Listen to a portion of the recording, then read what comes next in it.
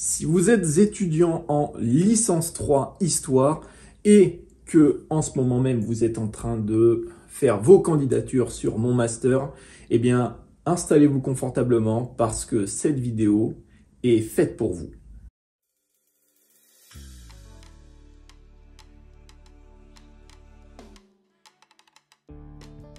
Bien le bonjour à toutes et tous, bienvenue sur Bazar Historique, c'est un plaisir de vous retrouver pour une nouvelle vidéo ce lundi.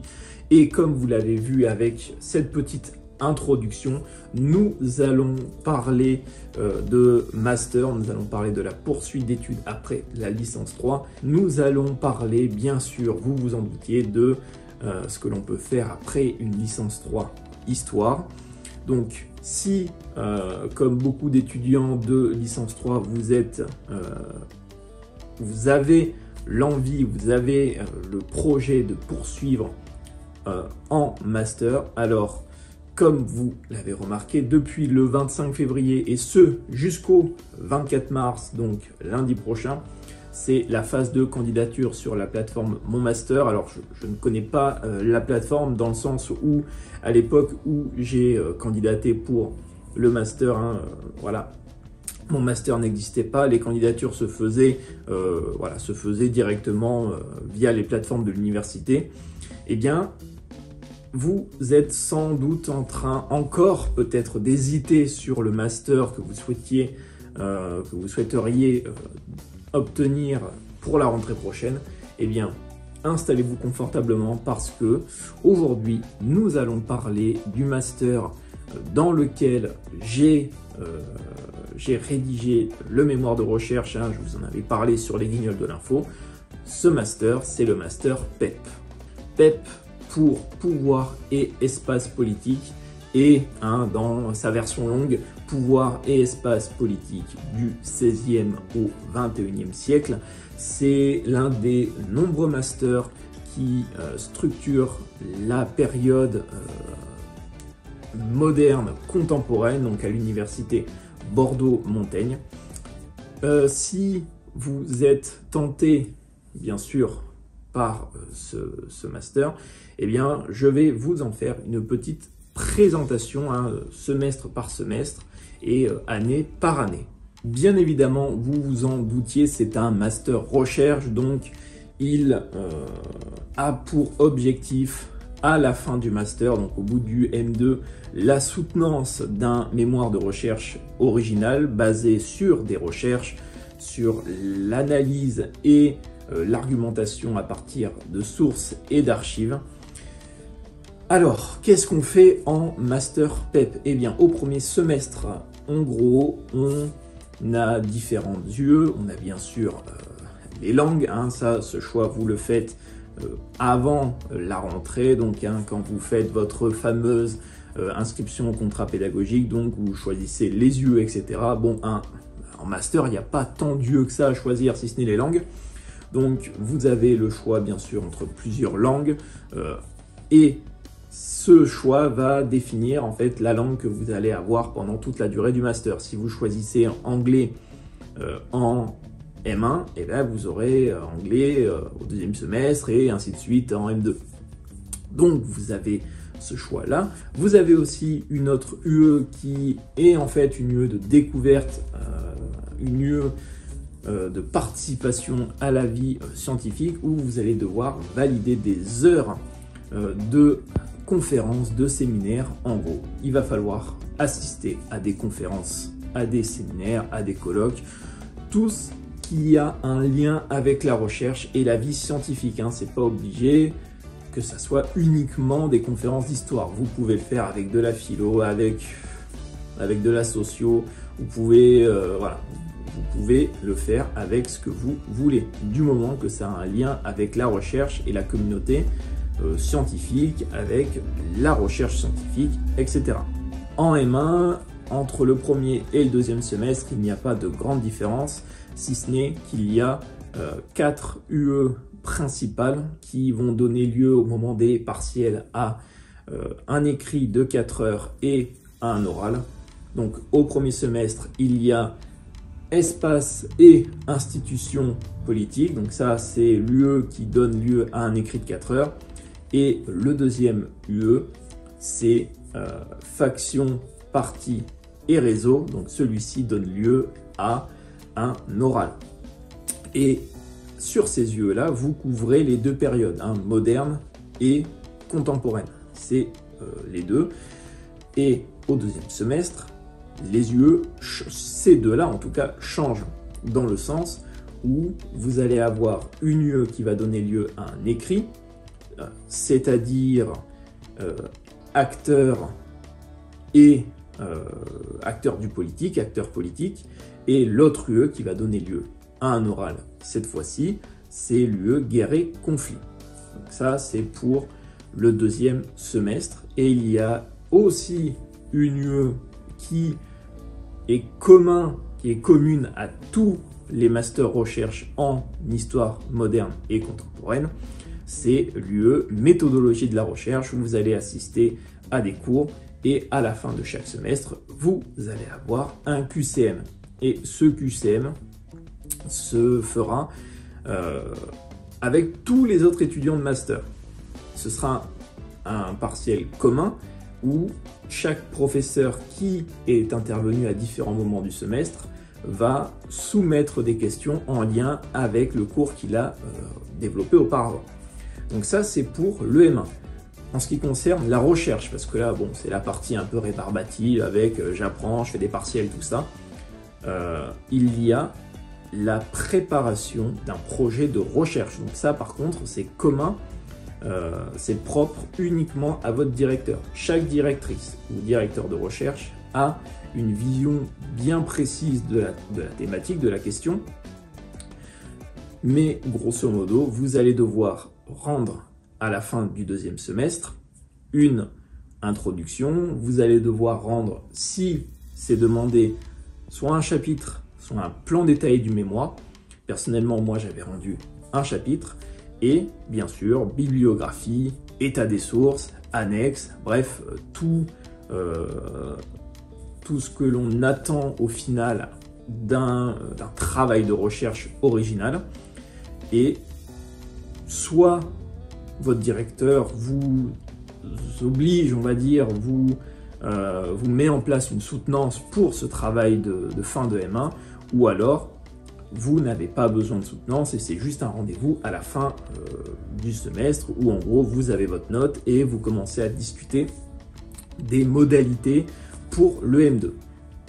Justement, ça fait la transition avec le M2 parce que là, cette fois-ci, on a deux semestres bien différents. Le premier semestre du M2 dans la même veine que les deux semestres de M1, où cette fois-ci, je vais d'abord parler de ça, en plus de l'UE où vous allez devoir assister à des conférences, vous allez avoir le choix avec une UE de découverte en gros à l'agrégation, où pour la valider, celle-ci, vous allez devoir assister à des cours d'agrég, donc puisqu'à Bordeaux-Montaigne, il y a la prépa pour l'agrégation, donc vous allez devoir assister à des cours d'agrég pour valider l'UE. Donc ça, c'est le choix, vous l'avez, ce choix-là, entre soit vous assistez à des conférences, soit vous assistez à des cours d'agrég. Par exemple, cette année, dans plusieurs cours d'agrég, il y avait des étudiants de M2 qui étaient présents. Donc ça, c'est la nouveauté par rapport au M1. Après, au niveau des langues, ça ne change pas. Je vous l'ai dit, la langue que vous avez choisie au début du M1, eh bien, ça sera la langue qui vous sera attribuée également en M2. Donc, bien faire le choix, parce que vous ne pourrez pas changer, à moins que ça ait changé entre-temps, mais vous ne pouvez pas changer. Si vous prenez anglais, vous avez anglais. Espagnol, pareil. Voilà. Donc, ça ne change pas. Il y a également l'UE de la méthodologie, bien évidemment, qui est encore une fois commun à l'ensemble des masters recherche en histoire moderne et contemporaine.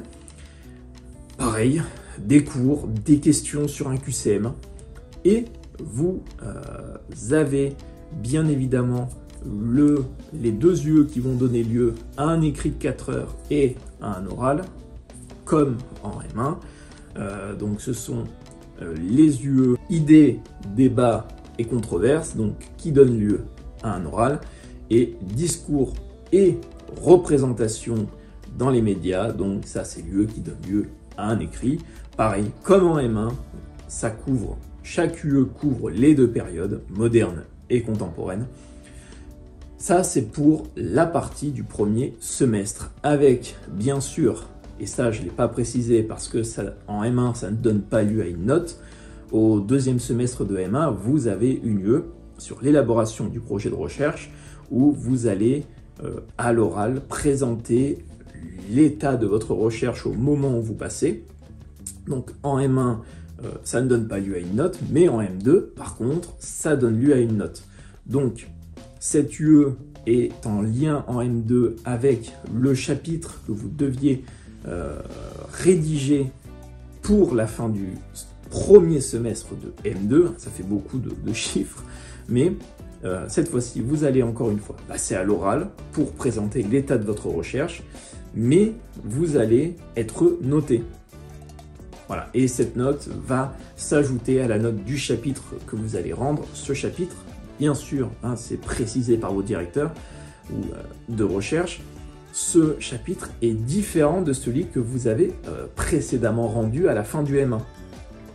Moi, par exemple, sur mon mémoire de recherche, hein, je le rappelle, sur les guignols de l'info, j'avais rendu un premier chapitre en M1 sur la guerre du Golfe, et en M2, premier semestre de M2, j'avais rendu un chapitre sur la construction européenne vue par les guignols. Donc voilà, deux chapitres différents, et les deux notes sont assemblées, et en gros, l'UE, la note de l'UE sera la moyenne des deux notes, hein, donc l'oral de présentation de l'état de la recherche et le chapitre. Donc ça, c'est pour le premier semestre. Le deuxième semestre est particulier car il n'y a pas de cours, il n'y a plus de partiel à la fin du semestre, il n'y a pas d'oral, etc. La finalité de ce deuxième semestre, c'est la soutenance du mémoire. Donc, ça fait le lien avec la vidéo que j'ai sortie la semaine dernière sur et même celle d'avant sur les 2 dernières semaines sur la soutenance du mémoire et sur bien sûr la table des matières, mais ça fait partie du mémoire. Mais voilà, ce deuxième semestre est particulier dans le sens où il n'y a pas de cours, il n'y a pas de partiel, il n'y a pas de cours en amphi, il n'y a rien de tout ça, c'est uniquement la rédaction qui compte. Et très souvent, je dis bien très souvent en master PEP, le rendu se fait du mémoire. Le rendu se fait aux alentours du 31 mai. C'est la date, on va dire, que de nombreuses directrices et de nombreux directeurs de recherche soumettent à leur masterand. Certains vont jusqu'à la mi-juin parce que certains le demandent au format PDF uniquement et d'autres le demandent au format imprimé. Donc, bien évidemment, si vous faites imprimer et relier votre mémoire, ça va prendre un peu plus de temps. Mais très souvent, c'est 31 mai ou début juin et les soutenances se font dans le courant du mois de juin, mi-juin, fin juin. Les plus tardives se font début juillet ou alors même au mois de septembre pour on va dire la session de secours. Si des complications sont survenues pendant la rédaction ou si vous avez des problèmes personnels qui font que vous ne pouvez pas soutenir des obligations, des problèmes personnels qui font que vous ne pouvez pas soutenir au mois de juin ou au mois de juillet, eh bien, la soutenance est reportée au mois de septembre. Voilà pour ce petit panel, cette présentation du master PEP. Donc c'est je vais le dire, c'est quand même un très bon master dans le sens où on a eu une solide formation. Donc si vous êtes en licence 3 Histoire à l'université Bordeaux-Montaigne, eh bien si vous êtes tenté par la recherche et par l'histoire politique à l'époque moderne et contemporaine, eh bien je ne peux que vous conseiller de vous tourner vers ce master. Si vous n'êtes pas à l'université Bordeaux-Montaigne mais que ces thématiques-là vous intéressent, eh bien vous pouvez également vous pencher sur ce master. Et Bien sûr, je ne discrédite pas les autres masters recherche, hein. Attention, n'allez pas me faire dire ce que je n'ai pas dit. Voilà, donc si vous êtes intéressé par ces masters-là, n'hésitez pas à vous renseigner directement sur le site de la fac, hein, l'Université Bordeaux-Montaigne. Si cette vidéo vous a plu, n'hésitez pas à me le faire savoir dans l'espace commentaire, à vous abonner, partager, liker. Je tenais encore une fois à vous remercier, je l'ai fait sur Instagram et je le fais également en vidéo pour les 700 abonnés. Actuellement, on est 724 au moment où je tourne cette vidéo. Donc voilà, c'est merci. Franchement, merci pour votre soutien. Merci. Voilà, donc, tout simplement merci. On se retrouve mercredi pour la sortie du prochain leçon d'histoire. C'était Bazar Historique. On se dit à la prochaine. Ciao.